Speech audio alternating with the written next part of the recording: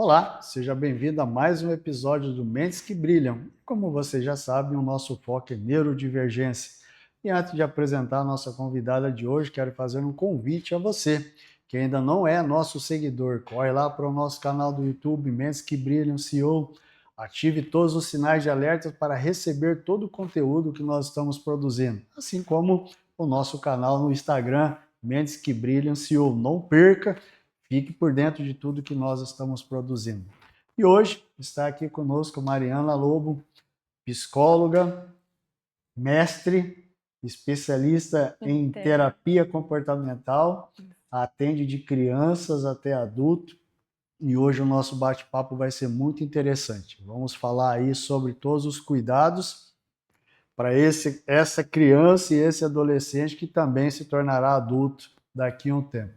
Mariana, obrigado por estar conosco, é um prazer recebê-la aqui. E eu Imagino. espero que você sinta-se bem aqui na nossa casa, viu? Com certeza, é um prazer, é tudo meu falar sobre um tema que eu gosto tanto. Legal, vamos lá. Mariana, hoje, dentro de toda a sua experiência, são mais de 15 anos, né, fazendo isso, quais são os principais sinais de alertas hoje que nós temos que ter em relação às crianças que são hoje diagnosticadas com TEA, aí, que se tornarão adultas? Isso em termos de ferramentas, em termos de acompanhamento, em termos de família, como que é isso para você hoje dentro daquilo que você faz? Então, Roberto, hoje eu entendo assim, depois de todos esses anos de experiência, atendendo literalmente as famílias e também os adultos que chegam, né? Porque a Mariana, ela atende os adolescentes e os adultos. Eu faço supervisão clínica dos atendimentos das crianças. Aham. Então, o meu papel fundamental durante todos esses anos foi educar a família para criar um adulto funcional. Uhum. Que eu percebo? As ferramentas de atendimento à criança, elas são muito bem estruturadas hoje. Mas quando chega um adulto já com seus sintomas de depressão, em ansiedade, em sofrimento, nós precisamos nos reformular e entender novas formas de defesa, de funcionamento, de pesquisa, de entendimento, de avaliação mesmo desse adulto, para perceber se tem um diagnóstico por trás ali que não foi feito da forma correta na infância, na adolescência. Então, o foco é psicoeducar essas famílias que chegam com essas crianças, para que elas não coloquem essas crianças dentro de uma bolha e entendam que elas vão precisar crescer, vão precisar interagir com o mundo e elas precisam de ferramentas para isso. E como é que funciona, Mariana? Porque a gente vê hoje também a grande preocupação dos pais em proteger os filhos com TEA. Então a preocupação é, vamos lá, o bullying, a forma como elas vão ser tratadas com as crianças, outras crianças de convivência, o ambiente familiar, escolas e demais locais. Então a gente vê entre aspas, uma superproteção, e essa superproteção muitas vezes não gera uma dependência, uma independência, mas gera uma dependência.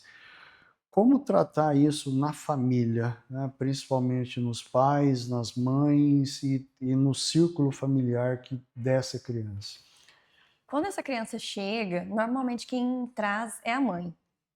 Alguns pais participam do processo, outros vêm de forma esporádica, mas normalmente quem está ali, quem para a vida, quem faz tudo para cuidar é a mãe. É um pai ou outro que você percebe reestruturando toda a vida para moldar aquela criança e para levar nas terapias, enfim, até porque é uma saga bem cansativa, tanto para a criança quanto para o pai que participa.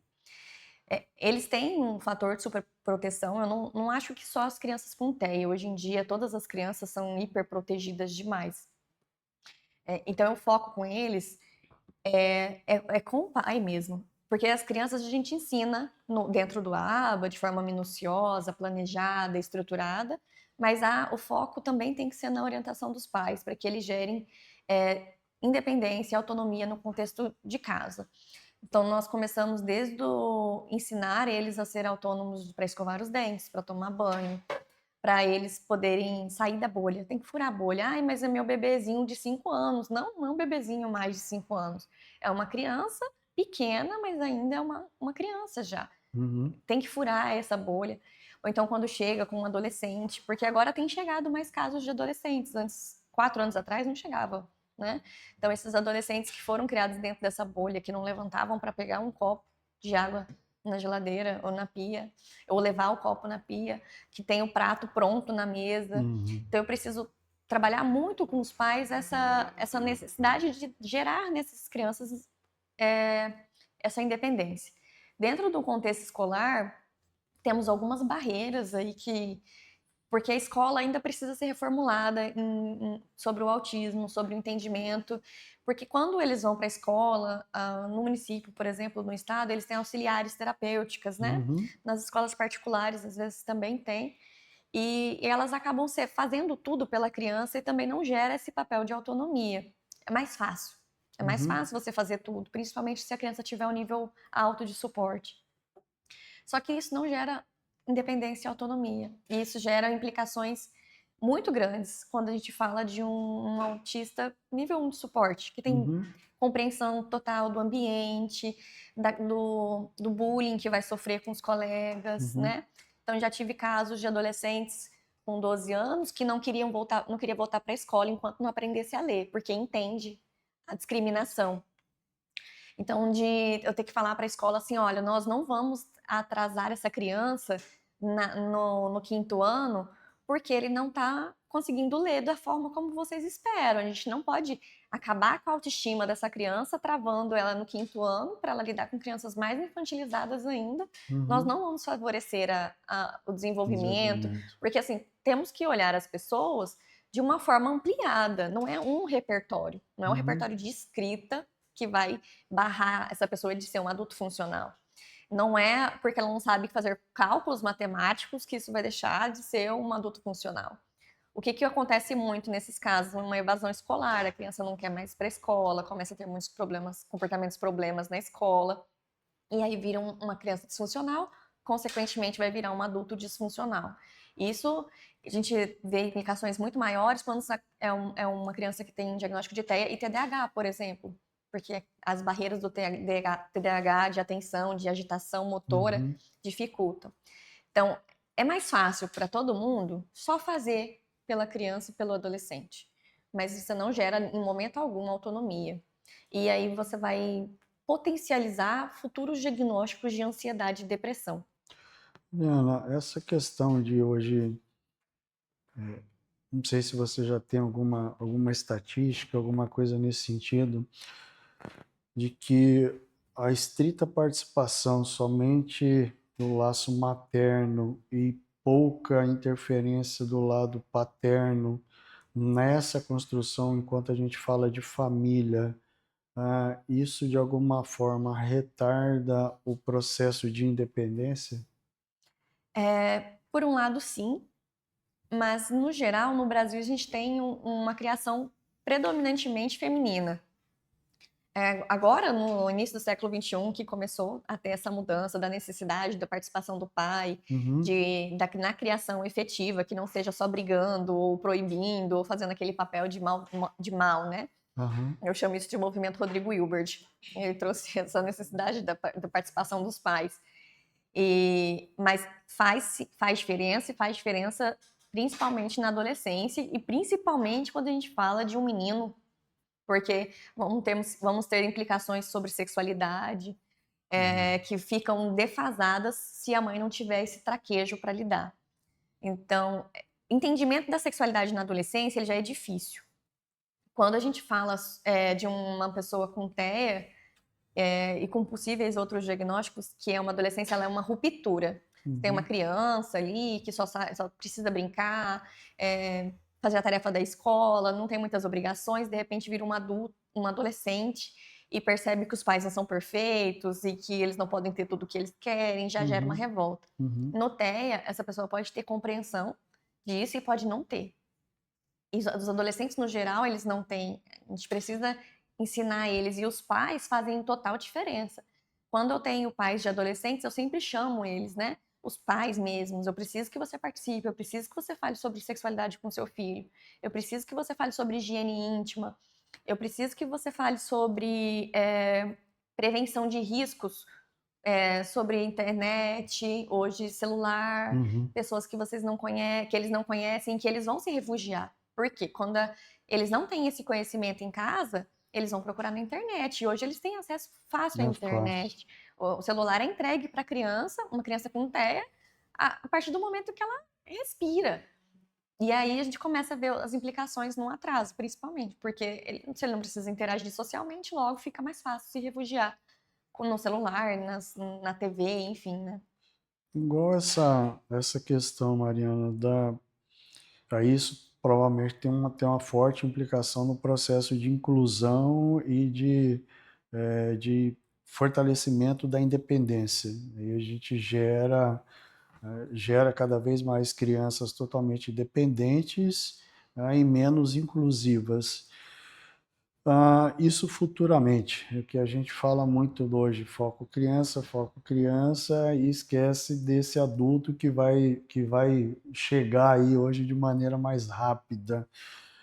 Na sua percepção como profissional, qual que é a expectativa que a gente tem hoje em relação a essa criança, de como que ela vai chegar na fase adulta?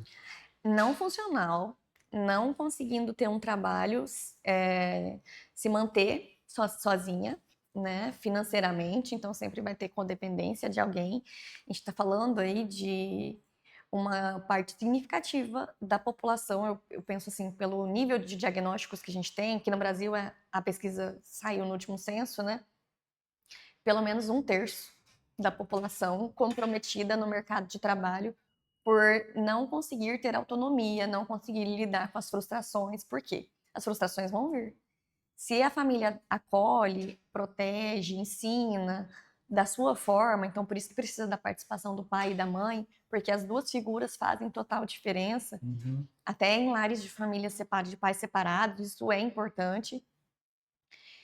Ele não vai chegar como um adulto funcional, então ele vai tentar o primeiro emprego, não vai conseguir, vai se deprimir, não vai se entender, não vai ter autonomia para poder lidar com essas adversidades, e aí já começa, já está falando de entrar em problemáticas como transtornos de personalidade, transtorno afetivo bipolar, por não conseguir lidar com essas frustrações. Então, os adultos que chegam hoje para fazer avaliação, que chegam com depressão e ansiedade, eu faço basicamente uma triagem com todos.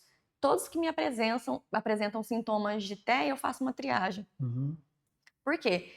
É um diagnóstico que não foi feito, não teve essa previsibilidade na adolescência e na infância, e está em sofrimento e tomando medicação que talvez não vai ajudar. Então é uma hipermedicação e não mudando contexto nenhum, porque quando você dá o remédio para a pessoa e não muda o contexto dela, ela continua adoecida. Só Exato. que ela está adoecida e dopada. Então ela não vai sentir muitas coisas do que está acontecendo no redor, você só adormece. Aí é quando você muda o contexto, você muda a pessoa. Então por isso que esse papel dos pais de educadores, de formadores de independência e autonomia é fundamental. Quando a gente fala de pessoas com nível 3 de suporte, já adultas, que quase não aparecem socialmente, assim, você não encontra um nível Uhum. 3 de suporte na rua com 18, 20 anos, em Rondonópolis. Tá. E, mas por quê? São tão disfuncionais que os pais não tiram de casa. Não é porque eles não existem, eles existem. Quando você encontra no CAPS. Ou você Uhum. encontra lá no Paulo de Tarso, que é onde eles ficam. Uhum. Então, com internações sucessivas, crises agressivas. Então, são pessoas que não são funcionais, elas não vão no mercado, elas não conseguem esperar, às vezes agressivas, não conseguem ir no dentista, não fazem o básico. E por isso que esse treino na intervenção precoce ele é fundamental, a participação dos pais, a orientação, para que esse adulto chegue funcional. E para os que não foram diagnosticados, que tenham um tratamento adequado na vida adulta, porque senão é uma pessoa que vai continuar deprimida crônica para sempre e nem vai saber o porquê. Em algumas situações, até mesmo se ela conseguir chegar na fase adulta, porque Sim, essa é uma das preocupações que nós temos visto, não só do ponto de vista profissional, mas também do ponto de vista pessoal, que é a questão da depressão profunda que leva a um autoextermínio. Uhum. Que esse é um fator aí dentro do TEA muito significativo nesse É. sentido. Hoje não temos pesquisas que falam sobre taxas de suicídio em pessoas com TEA, com dados importantes, assim, porque a maioria delas nem está diagnosticada. Diagnosticado. Então, quando a gente fala de adultos, eu vejo porque, assim, eu trabalhei no SUS 4 anos, eu atendi muita gente. E hoje, como eu trabalho com autismo, eu penso em todos aqueles casos que eu não consegui diagnosticar lá no SUS e que são pessoas que tentavam se matar com muita frequência. Já recebi ligação, sexta-feira, 11 horas da noite, de paciente pedindo ajuda porque não sabia mais o que fazer. Então isso acontece, achavam meu Instagram, me mandando mensagem, pedindo ajuda, que onde que eu atendia, porque não estava dando conta mais, que ia tirar a vida. Então eu tinha que fazer todo um esquema de procurar no Instagram o filho da pessoa para poder pedir para socorrer, porque o endereço eu também não tinha. Então, assim, Nossa, essa é um é uma, sofrimento é um sofrimento silencioso. silencioso. A gente não tem estatísticas que provam que aquele suicídio foi cometido por uma pessoa com autismo. A gente não tem estatística que mostra que aquela pessoa um usuário de drogas, mas que pode ter sido uma autista que não foi identificado e não soube lidar com isso, nível 1 de suporte. Isso é muito Exato. comum. Já tive pacientes que tinham sobrecargas sensoriais tão grandes e não sabiam o que era, o que estava sentindo. Chegavam em casa, explodiam com a esposa, explodiam com os pais e brigavam com os filhos e não conseguiam explicar, olha, tô extremamente sobrecarregada agora, eu preciso de um tempo de Tempo. descanso e depois a gente conversa. Porque tinha acabado de vir de uma situação de festa, de uma situação Uhum, uhum. social, onde teve que se explorar e dedicar todo o seu último fio de energia àquela É. situação de interação e não conseguia entender por que sentia toda aquela raiva. Né? E isso Uhum. se expressa de formas diferentes em cada pessoa, mas muitos se expressavam com raiva. Então só ficava taxado como agressivo. Então, quantos desses eu não atendo no meu consultório que eram só taxados de agressivos? Pessoas que poderiam ter sido submetidas a situações vexatórias durante a vida adulta, principalmente mulheres, quando a gente Uhum. fala de autismo em mulheres adultas, estamos falando de mulheres que estão suscetíveis a viver relacionamentos abusivos. Entendi. Quantas mulheres que não temos lá procurando a delegacia da mulher hoje em dia que viveram relações abusivas que não têm o diagnóstico de TEA ou que não entende a fragilidade emocional que estão vivendo. Então, Uhum. tem muito diagnóstico que eu vejo que não foi feito da forma correta. Toma remédio para depressão, toma remédio para ansiedade, mas não vai lá na causa. E principalmente que a mulher ela tem um processo de mascaramento mais forte do que o do homem. De acordo com as pesquisas, as mulheres elas têm uma habilidade maior de repetir os padrões comportamentais das pessoas ao seu redor. Por consequência, elas aprendem mais rápido, se adaptam mais rápido e Exato. mascaram, passam desapercebidas, assim. Eu posso te falar assim, que eu já conversei com várias mães que têm ali, pelo menos elas estão passeando no espectro e não tem diagnóstico nenhum, porque foram muito bem treinadas. Então, são pessoas que foram muito bem treinadas e porque são mulheres que vieram de famílias muito rígidas, né? Então, faz Uhum, isso, você uhum. precisa fazer, é sua obrigação. A louça é sua, você tem que fazer a comida. Então, vai sobrevivendo ali, vai crescendo com Aprende. depressão, uma depressão pequena, mas Aham. diária, e nem percebe. E como que hoje, Mariana, a questão das crianças no processo do acolhimento e no processo de instrução e de desenvolvimento? Como que é feito esse processo hoje? Com a criança, eles normalmente são trazidos pelos pais. Nós fazemos as avaliações iniciais, verificamos que repertório que essa criança tem Uhum, de diálogo, de contato visual, de entendimento de letras, números, cores, uhum, de estado no mundo, né, de fala apropriada. E aí fazemos um plano de intervenção, colocamos essa criança em intervenção auxiliamos os pais durante esse processo. Muitos querem saber para replicar em casa e às vezes essa não vai ser funcional se eu ensinar o passo a passo para ele replicar em casa, porque não vai sair da forma como esperado. É um Uhum. contexto diferente, é casa, é um contexto de liberdade da criança, então é melhor Uhum. não reproduzir. Então eu foco na orientação deles, do que eles podem fazer de forma funcional. Eles vão mudando o processo.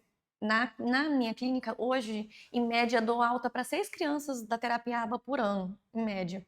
Uhum. Porque já ficaram funcionais o suficiente para seguir com terapia, a terapia, o TCC, a análise do Aham. comportamento, por outras abordagens que não precisam de tantas horas por semana.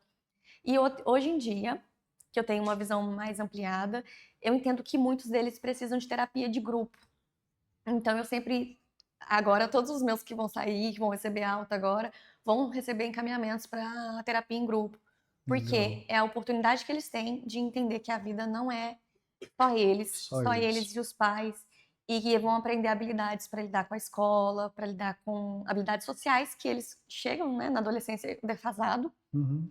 e treinando esses pais. Então, o meu foco agora é treinar pais de adolescentes, para que eles consigam lidar com esse treinamento de habilidades sociais, para eles não serem punitivos, porque pai tem um estigma de que para ser pai precisa ser punitivo, para Uhum. ser pai tem que ser proibitivo, e não pode falar, que tem que colocar tabu em tudo. Então, eu estou tentando quebrar esse estigma deles para que eles sejam abertos, amigos e Legal. participativos. Porque daí, quando esse adolescente chegar com uma dúvida, o que conversou com uma pessoa na internet que não sabe nem do que se trata, se não Uhum. sabe se é um adulto de 70 anos ou se é realmente um adolescente da sua idade, eles chegarem e contarem para os pais. Não precisar Entendi. dos pais ficarem brigando com eles porque eles estão fazendo coisas erradas ou tendo acesso a conteúdo impróprio antes da hora. Então, esse papel todo de formação, desde a criança, o adolescente, e eu viso muito melhorar a comunicação dos pais com os filhos na adolescência, então eu sempre redireciono os adolescentes a procurarem os pais. Os seus pais são a sua figura de proteção, são eles que vocês devem contar em todos os momentos da vida de Legal. vocês. Porque se você mantém essa fragmentação de, ai, meu pai é uma barreira, meu pai é uma chatice, Uhum. o discurso disfuncional continua no adolescente, ele cresce achando que os pais realmente são fora, não entendem nada, são chatões, enfim, e começam a fazer brincadeiras disfuncionais na escola porque também não entendem o contexto, não percebe às vezes que o colega já tá de saco cheio Aham. daquela brincadeira, que é uma brincadeira muito infantilizada. Tem muitos meninos na adolescência com autismo que tem essa dificuldade de percepção do espaço do outro, né? Até onde eu posso ir. Tem. Assim, eu tô falando de meninos porque tô fazendo Aham. uma ordem cronológica, mas eu conheço vários É. adultos que não têm noção de até onde pode falar, do espaço do outro, que faz brincadeira imprópria. Então, assim, porque não entendeu que o outro já deu, né? Uhum. Que para ele também já deu, ele só consegue perceber o dele, não Uhum. consegue perceber o do outro. Então a gente treina isso também. Então por isso que o controle das habilidades sociais nessa época e o treinamento é tão importante.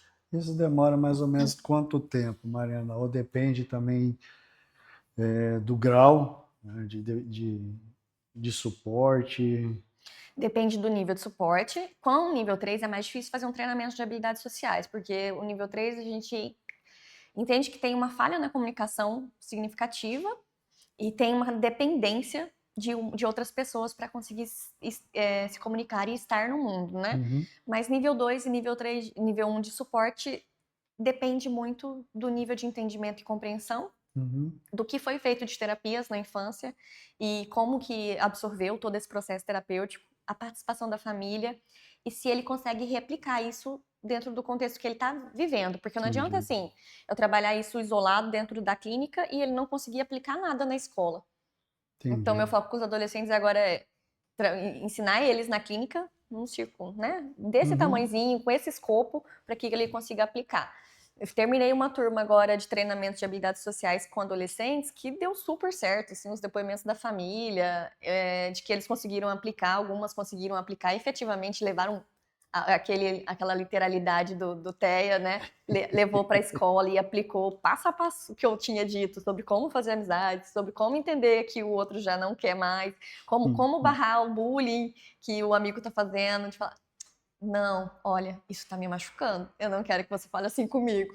E conseguir dar espaço e sair né?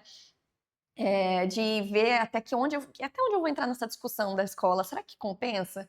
Exato. Principalmente quando se fala de defender minorias, aí queria entrar demais e brigar pela luta, né? Não, você não pode falar assim, não. Até que ponto essa pessoa vai te escutar e até que ponto você vai se desgastar para lidar com isso. Então, esse treinamento foi muito bom para eu entender como eles lidavam com o dia a dia deles, porque a maior parte deles tinha TEA. De uma turma de 7, aí 5 tinham, e os outros 2 a gente não sabe, né? Porque eu acho que Mentira. eram pessoas de fora, não sei se não foi feito um diagnóstico correto. E aí eu foquei agora em conversar com os pais, né? Vocês precisam participar. Então, bati muito duro nisso e é o que eu tenho feito atualmente.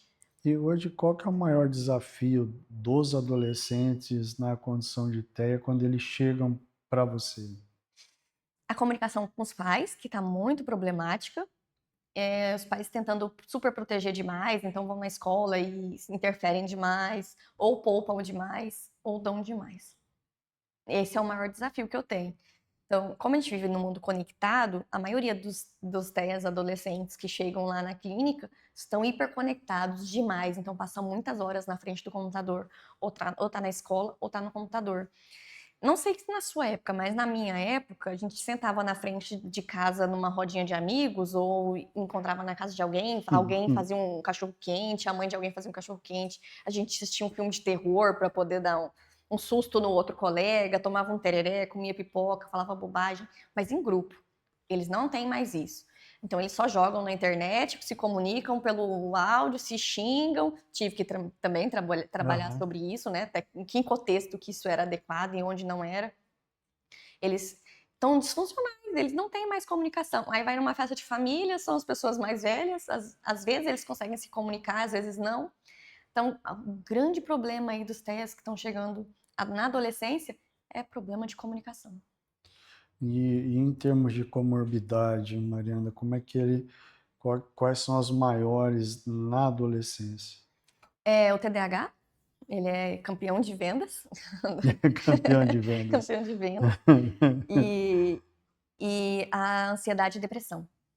São dois, assim, que conseguimos perceber bastante. São 3 potenciais agravantes do TEA na adolescência. E eu acho que também na vida adulta. Que isso reflete em todas as áreas. Porque o adolescente e o adulto estão muito próximos, né? E principalmente a comunicação, a interação, acho que é a maior dificuldade até a tradução de linguagens entre os níveis. Sim, nesse e tem a sentido. questão de como eu falo e como o outro entende. Será que o que eu tô falando está sendo compreensível? A literalidade, Sim. esse é um problema grave. Coloca o copo na pia, né? Esses dias eu vi um vídeo, não sei a que ponto que chegou de exposição da mãe falar para adolescente com autismo, né? Coloca 2 copos de água no fogo. Acho que ela queria fazer um café. Ela literalmente pegou um copo de água e colocou na boca do fogão, cada um num copo de água. Eu falo assim, você vai falando as coisas, eu vou lembrando. Ontem meu filho nem estava voltando para casa, aí ele falou assim, me dá o fio dental que você usou. Eu falei, não, o fio dental que eu usei eu joguei no lixo, isso eu não posso dar para você. Ele falou, mas não foi isso que eu falei. Não, foi isso que você falou. Foi literalmente isso que ele falou, né? Não foi isso que ele queria. Exatamente. Na minha cabeça, a literalidade é, puxa, eu vou dar o fio dental que eu usei. Não, esse eu já joguei fora. Literalmente. Literal. Eu falei, você tá zoando comigo, você tá tirando. Eu falei, não, tô falando para você o que você me pediu, não tô falando outra coisa diferente. Então, essa questão da literalidade, ela atrapalha muito. E gera uma barreira. A comunicação, eu vejo que, como eu trabalho muito com habilidades sociais, todo mundo entra em sofrimento por conta dessa falha na comunicação. É um caso grave. Acho que se a gente conseguir corrigir isso na base, melhora muito. Aí vai da comunicação da pessoa com o mundo, dos pais com as crianças, e para chegar a ser um adulto funcional e viver bem. Mariana, e das famílias que você já atendeu hoje, qual a maior dificuldade relatada pelos pais em relação a todo esse processo? A maior dificuldade dos pais é compreender os filhos. Por quê? E eu tenho alguns pontos importantes. Primeiro que nenhum deles desejou ter um filho diferente e ter que lidar com as adversidades, né? Então, alguns falam de forma explícita isso, mas muitos acobertam. Então, a falha, né? A falha de não ter um filho que na cabeça deles Normal. foi considerado normal. Então, o problema já vem aí, estabelecido aí. Então, aí você não saber como é lidar com um filho que não é normal. O que eu vou fazer? E isso gera todo um problema. Eu acho que sabe quando desce uma bola lá de neve, lá do alto da montanha, e ela vai tomando mais neve? Aí quando ela chega em mim, ela já tá tão grande, e eu tenho que deixar ela derreter um pouco, cavar um pouco, para conseguir acessar esses pais e pensar assim, olha, vamos alinhar as expectativas? Porque as expectativas que você tem em relação a onde a gente vai chegar, tá errado. Tá totalmente desajustado. Realmente é necessário a gente ficar batendo, por exemplo, esse caso de uma criança que queriam reprovar na escola porque não estava conseguindo ler. Ele não lia porque ele tinha problema auditivo. Ninguém descobriu isso, que ele tinha problema auditivo. Ele não, e estavam taxando ele como um deficiente intelectual. E o menino não tinha deficiência intelectual, eu tinha certeza que ele não tinha. Ele tinha plena compreensão. E por isso que eu falei, não vai reprovar ele, se reprovar, eu vou baixar no conselho tutelar, vou fazer alguma coisa a respeito disso. Porque ele precisa ter autoestima. Se você vai reter esse menino no 5º ano, ele vai ficar sem autoestima. Ele não quer ir para a escola porque os amigos acham ele diferente. Então vamos alinhar as expectativas. Será que é realmente importante ele fazer essa leitura que você quer agora? Não, eu preciso que ele passe, que ele tenha autoestima, que ele consiga ter amigos, que ele consiga se entender como pertencente daquela comunidade, porque ele lê pausadamente ou ele lê de forma fluida, não muda nada agora. E aí eu tenho alguns pais que chegam a me surpreender quando eu falo, vamos alinhar a expectativa? Aí eles chegam para mim e falam assim, não, isso aí eu já sei que ele não vai aprender. Eu não aprendi. Ou um tem camuflado lá que não tem diagnóstico, fala assim, eu não aprendi, eu sobrevivi, eu fui bem. Ele vai também.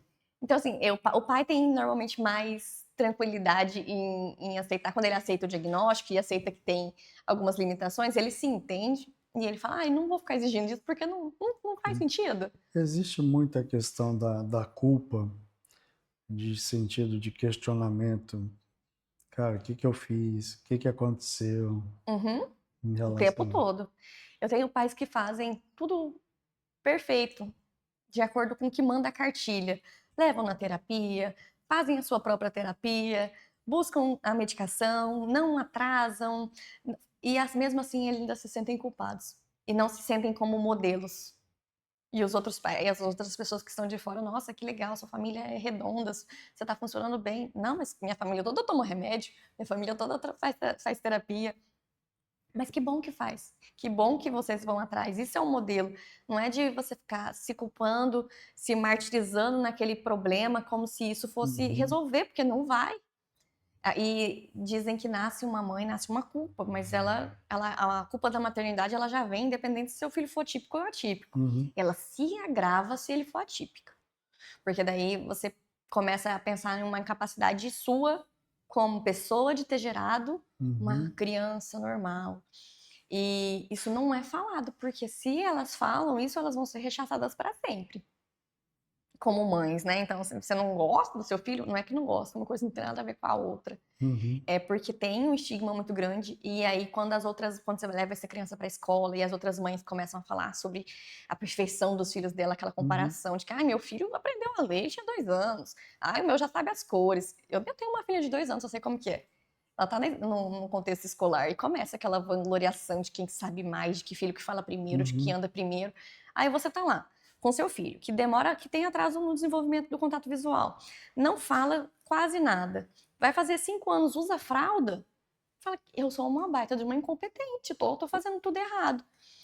E eles não entendem que cada criança tem seu tempo de desenvolvimento, mas que existe um padrão ouro, que é de desenvolvimento, que é o esperado, que até 1 ano e 8 meses tenha algumas palavras, 20 palavras, que até 2 anos e meio fale 30 frases completas de 2 palavras. Isso é o esperado. Mas a gente precisa alinhar as expectativas de acordo com as crianças, né? Hoje eu tenho uma semi-adolescente de 9 anos, que chegou com 4, que não falava nada. Hoje ela fala, ela entende o contexto. E pode acontecer o contrário também. Esse eu já ouvi.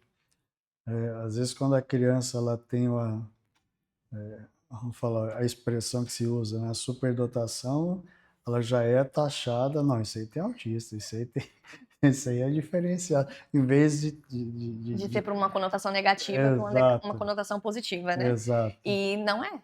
Porque se você for Né? estudar a fundo a superdotação, eu vejo ela tão problemática como qualquer outro transtorno, porque gera depressão, gera ansiedade, Exatamente. essa necessidade de ter que a aprovação de todo mundo, de ter que ser o superdotado que dá conta. E Exato. tem um peso de você ter que ser inteligente, de ter que saber tudo.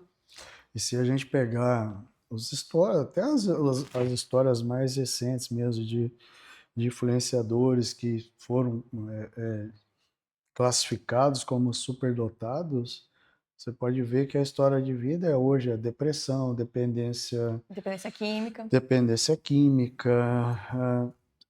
Então, se do dia para a noite nem fala que é o voo da galinha, tá lá no auge, no outro dia tá na dependência. eh, Não é tão simples assim, nem tão colorido como as pessoas falam. Eu não vejo nada colorido, Entendeu? porque eu vejo o sofrimento o real, né? É o que, como psicólogo, o que trazem para mim é a hora que ele se tira todas as camadas e fala o que sente, do jeito que sente, é o que chora. Então eu Uhum. vejo literalmente o sofrimento. Então não tem flor em lugar nenhum. Porque aí onde entra a questão da visão, né? Porque às vezes as pessoas não olham todo o sofrimento, todo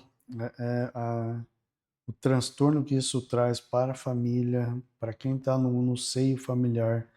As pessoas só olham o glamour que a pessoa está vivendo naquele momento, mas não o preço que está sendo pago e as consequências daquilo dali para diante. Sim. Isso é. Eu vejo que desde quando eu comecei a fazer psicologia, eu percebi uma coisa que foi a virada de chave para mim como profissional. Que se a gente julgasse menos o outro, o mundo teria menos sofrimento, porque muito do nosso sofrimento psicológico ele é causado pela visão do outro sobre você. É. É desde aquela tia que fica sentada na porta de casa fofocando sobre que hora que chega, o que trabalha, não cuida dos filhos, até o seu colega de trabalho, o teu colega de igreja. Veio com saia curta hoje, né? Cortou o cabelo. Tipo, assim, se todo mundo cuidasse da sua própria vida, da sua própria família, já Uhum. gerava uma implicação bem menor de sofrimento em todo mundo. E de uma pessoa atípica, que já tem um peso enorme para carregar, que não precisa, melhoraria muito mais. Mariana, com relação, voltando um pouquinho ali na questão dos pais, durante esse processo, você percebe uma melhor aceitação, adaptação e também um processo de desenvolvimento familiar durante toda a transformação do filho? Sim. Quando eles são atuantes e participativos, acontece. O que acontece muito também? De esperarem um milagre. De trazer e achar que em 3 meses vai resolver Uhum, todos os problemas que demorou 6 anos para procurar ajuda, ou que chegou lá com 8, 10, tem de tudo, né? Então, uhum. não é assim que funciona. A gente demora anos para desenvolver um repertório, eu não vou conseguir mudar ele do nada. Mas quando tem a participação ativa dos pais, melhora bastante. Por quê? Tem essa cobrança que faz achar que eles são culpados ou que eles fazem pouco. Uhum. Alguns fazem mais do que deveriam, mas quando eles fazem, eles conseguem ouvir as orientações, não distorcer, porque também tem a questão do Uhum. entendimento. Então, quando eles não distorcem, conseguem seguir, fica muito mais fácil. Quando a gente planta a semente e eles dão continuidade, eles não precisam, as crianças não precisam ficar dependentes da gente pro resto da vida, e eles não vão precisar ficar dependentes dos pais pro resto da vida. Então a Uhum. gente tem que furar a bolha mesmo desses pais e de plantar semente neles que vocês não estão criando crianças incapacitadas. Eu falo, você não é um bebê. Já tive que pegar a mãe de menino de 6 anos e falar, não é um bebê, não tem bebê nessa casa. O bebê já foi. Agora é uma criança que precisa levantar e comer sozinha, que precisa saber a hora de ter que ir no banheiro. Então você vai treinar ele para ser funcional, não para ser seu bebê. Você pode guardar o seu bebê no seu coração e nas fotinhas, no seu celular. E a preocupação que existe hoje, Mariana, vamos falar assim em termos de preocupação, é de que na falta dos pais, a preocupação em como que essa criança vai continuar sendo atendida, ou esse adolescente, ou esse adulto. Como tratar isso e como, eu não sei se seria a palavra amenizar ou preparar. Então, quando a gente fala uma criança, um adolescente que vai virar um adulto com nível 1 de suporte, entende que essa pessoa vai ser funcional, que ela vai conseguir poder casar se ela quiser, ela vai ter um trabalho se ela quiser, porque ela já foi treinada para isso, continua em acompanhamento, então ela vai ter esse acompanhamento psicológico durante toda a vida, se ela precisar. Então, esses pais, eles precisam focar nisso. Os que não, eles precisam pensar em como eu vou me substituir caso eu não consiga estar aqui o tempo todo para fazer esse cuidado. Então, muitos deles já começam a se movimentar. Alguns entram em sofrimento, se estacionam, não conseguem fazer nada. Então, isso vai virar, vai para o público. Essa pessoa vai ficar em situação de vulnerabilidade e vai acabar em alguma casa de apoio, quiçá que tenha apoio, né? Que tem. Porque em algumas cidades não temos estruturas nem para qualquer tipo de apoio. E então, nesse caso, vai ser uma tia que cuida, vai procurar uma avó que estiver viva que cuida, um primo que cuida, ou vai procurar alguém em potencial para fazer esse cuidado. Mas tem a questão de que pessoas com TEA têm uma expectativa de vida de 10 anos a menos do que uma pessoa que não tem o diagnóstico. E os pais, eles querem estar presentes o tempo todo, em tudo, só que eles não percebem que eles estão adoecendo também no meio desse trajeto. Então, os que não fazem acompanhamento, que não estão fazendo acompanhamento psiquiátrico, psicológico, estão adoecendo no meio do processo, não estão conseguindo focar no seu autocuidado para poder se manter vivo e cuidar do outro. Então, eu estou tentando fazer esse papel de conscientização também. Vocês precisam se cuidar também. Não é só cuidar das crianças. Não é só levar as crianças no médico. Vão no médico também. Mas existe essa preocupação e ainda alguns tomam essas iniciativas antecipadamente, né, de quem vai fazer esse papel de cuidador. Os que têm melhores condições de vida já pensam em toda uma estrutura, às vezes de internato, normalmente saem de cidades pequenas e vão para cidades que têm essa estrutura. Outros vai ser uma tia próxima, uma prima, um irmão, né? Então, eu vejo também muitos pais com a preocupação de vou ter um filho para cuidar do outro, porque quem que vai cuidar? Quem que vai cuidar quando eu não Em estiver vez de mais resolver aqui? um problema, está criando outro. Exatamente. Então, tem essa preocupação. Muitos deles ainda estão perdidos de o que fazer. E se você pensar num escopo público, de o que a sociedade vai fazer para ajudar, não temos essa estrutura. Isso é preocupante. Para os nível 3 de suporte, a gente não tem estrutura. Isso é preocupante. Porque isso nós estamos falando assim de casos que são diagnosticados e os que não são. Os que não são, que estão em situação de rua e às vezes usuários de drogas, usuários de crack, né, de alcoólatras, que não têm acompanhamento e não tomam medicação nenhuma, não tem suporte, a família não sabe nem onde que está, que estão perdidos, né, porque muitos deles migram de cidade para não serem encontrados de forma proposital. E que nunca tiveram um diagnóstico apropriado, nunca vão poder se reabilitar, porque, de alguma forma, os hospitais que acolhiam foram fechados, mas não foi pensado numa política que conseguisse abarcar todo mundo. Então, essas pessoas vão ficar em estado de vulnerabilidade caso a gente não faça nenhuma mudança daqui para frente. Mariana, você profissionalmente hoje, né, agora que você tem um conhecimento mais acurado, mais aprofundado sobre a questão do autismo? Quando você olha para o futuro, qual que é a maior preocupação que lhe vem à cabeça e de que forma você pensa profissionalmente? Eu penso sobre a situação de vulnerabilidade dos pais e eu penso na situação de vulnerabilidade deles na sociedade. Porque se os que estão em tratamento, ótimo, estão em tratamento, vão conseguir Uhum, se sair melhor do que os que não estão. Mas a gente sabe que tem muitos que não estão. E tem muitos que estão em tratamentos inadequados, que não estão sendo feitos da forma como deveria ser feito. Então, é a mesma coisa de nada. Então, a minha preocupação no futuro é de que essas pessoas não vão ser funcionais, não vão conseguir trabalhar, vão estar adoecidas, então uso excessivo de medicações e falta de suporte. Suporte para a família, suporte para os filhos, porque se a gente for pensar em quem vai ter suporte, é uma minoria muito pequena. É uma parte da população muito pequena que vai ter suporte de médico, psicólogo e psiquiatra para fazer uso da medicação. Então, eu vejo todos eles numa situação de vulnerabilidade, porque os pais também podem ver isso uhum. em algum momento como não tem solução, eu preciso sair disso e olhando como uma única forma de escapatória dali é tirar a própria vida. Isso já aconteceu, já vi isso acontecer.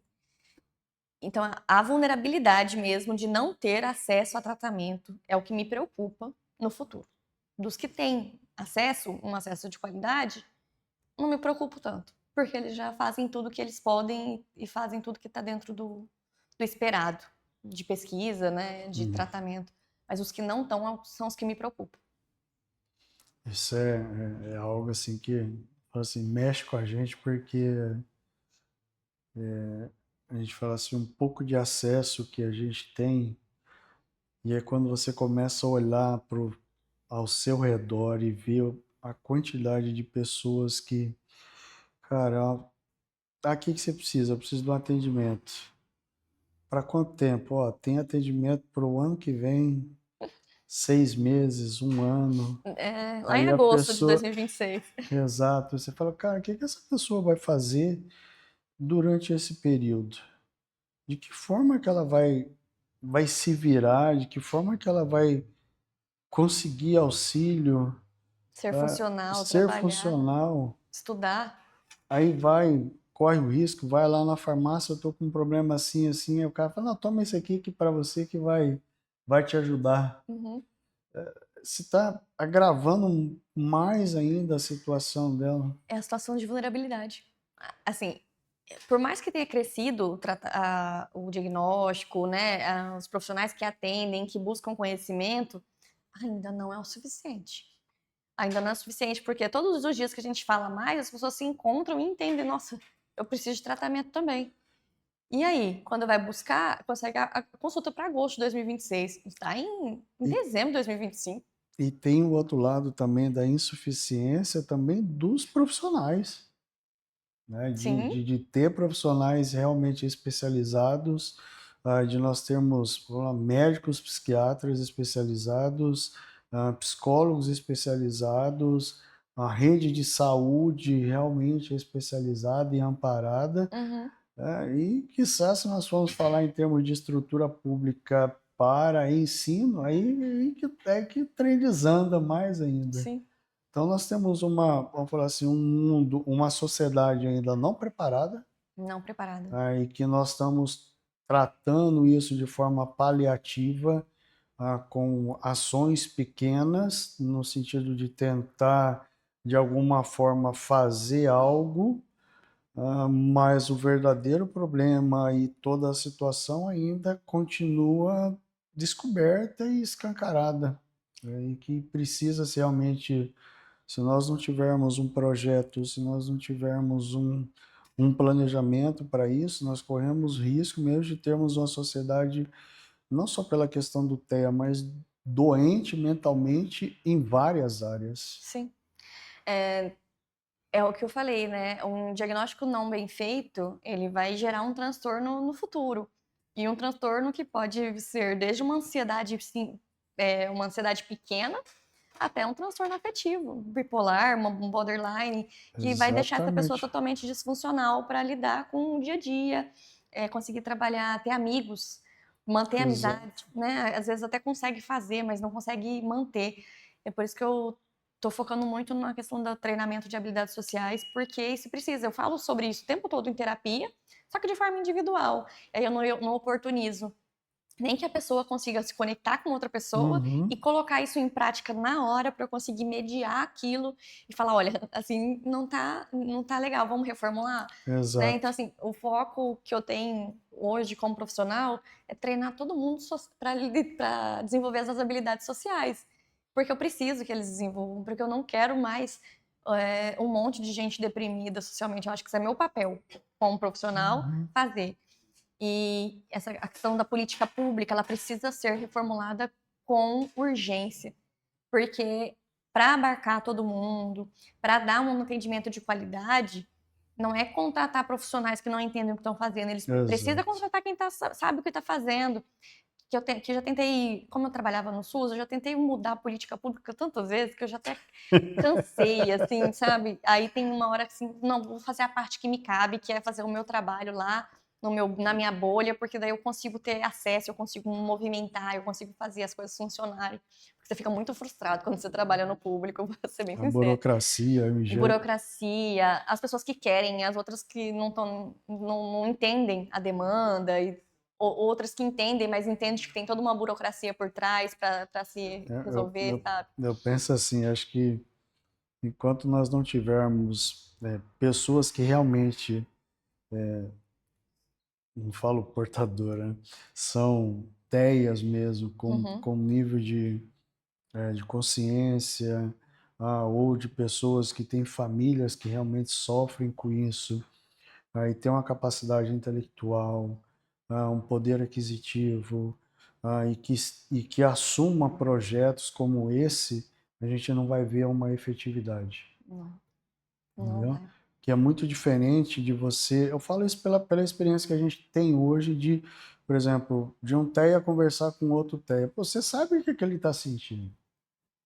Agora você imagina só, você colocar alguém com os interesses totalmente alheios àquilo que realmente precisa ser focalizado e precisa realmente ser tratado, você não vai ter o mesmo resultado. Não, não vai. E eu não Não vai vai. porque não tem compreensão. Exatamente. O cara Aí, nunca e o vai saber o mundo, que que é o cara chegar em casa desregulado, o que que é brigar, o que que é não poder ouvir uma moto passando na rua, que aquilo, cara, arrebenta com o seu ouvido. O cara não sabe o que é isso. não sabe porque ele não vivencia. E a empatia é o que faz com que o ser humano consiga ter essa compreensão do que o outro sente. Exato. E quando a gente fala sobre o diagnóstico de TEA, muitos também não conseguem ter esse repertório de empatia. Então, Não, pensar no seu, só consegue compreender o seu e também não consegue compartilhar. E quem está de fora fala, é modinha esse negócio de TEA. Deixa exatamente. isso. Todo mundo tem TEA agora. É isso Não aí. é modinha. Tenta Boa. sentir metade do que uma pessoa com TEA sente. Eu, fa- Se eu, você suporta. às 2 dias. eu brinco com meus filhos, quer trocar de lugar? Eu falei, não, fica na sua. Eu falei, então, mas um dia você nunca vai sentir o que eu sinto, você vai sentir as consequências do que eu sinto. Exato. Porque se eu não aprender a cada dia a regular e a cada dia a controlar, eu vou te machucar. Sim. E a gente Entendeu? se machuca, né? O tempo todo. Não precisa ter Exatamente. diagnóstico, mas se você Ex- tem e não compreende nada do que você está sentindo, é pior ainda. Exatamente. Você fica numa situação, cara, parece que você está numa guerra e aquele vulcão prontinho Entrar em para erupção. entrar em erupção, a hora que ele entra, sai de perto. Sim. É algo estrondoso nesse sentido. Mariana, que legal, assim, o prazer de a gente poder falar isso. Acho que a preocupação em relação à família, principalmente uma coisa que eu tenho percebido bastante, eu não sei se acontece contigo lá na clínica, é o abandono que muitas vezes os pais, falam, figura paterna abandona a mãe, deixando o problema o filho com a mãe e o cara abandona a família e fala, cara, se vira, esse agora não é problema seu. Uns 85%. Deixa, eu já não está nem sonhando com a estatística, mas é um número alarmante. É bem grande. Das pessoas que eu conheço, eu sempre pergunto, cadê o pai? Ah, não, ele foi embora. Comprar um cigarro lá na esquina, nunca voltou. Exatamente. Aí eu fico pensando na cabeça da criança, em ela processar tudo isso, vendo a mãe se desdobrando, aí isso limita financeiramente, esgota a mãe, esgota a família, e o cara pensando, puxa, e meu pai? Onde que ele estava? Um agravante. Às vezes essa mãe também tem TEA e entrou nessa situação de um relacionamento abusivo, não percebeu. Quando foi abandonada, se descobriu com um filho sozinha. Quando foi crescendo, viu um filho com autismo. E aí depois se Exato. descobre uma mulher adulta com autismo, que tem um filho com autismo, está num estado de vulnerabilidade, que precisa trabalhar e não consegue, porque tem tantos transtornos juntos ali, uma depressão embutida, uma ansiedade embutida. Exatamente. Como comorbidade e que nunca foi diagnosticada. E aí você fala, o que esperar disso? Sem suporte e sem ajuda. Não tem como, gente. É algo assim meio... você não consegue imaginar outra coisa a não ser algo ruim. É uma carga muito pesada para suportar. Eu escuto os relatos, né, com muita frequência, então elas se sentem muito confortáveis para falar comigo durante as orientações. E eu percebo um estado de vulnerabilidade muito agravado, né, em casos como esse, onde a mãe está sozinha. Isso é um alerta. Fica como alerta aí, porque a gente fala, fazer é bom, o problema é depois. tem que cuidar também, né? Assumir a responsabilidade. Ariana, obrigado pelo sua disposição, né, por compartilhar, né, toda a sua, pelo menos, toda não, Um pouquinho da sua experiência.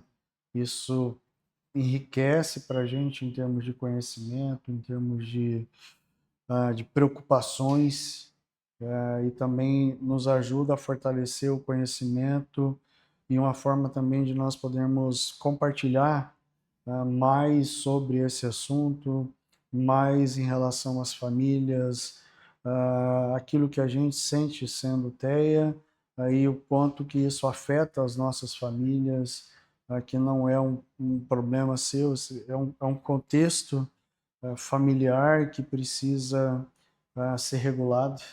Com certeza. Ele fala, não é só você que precisa ser regular, é a família inteira que precisa ser regulada também.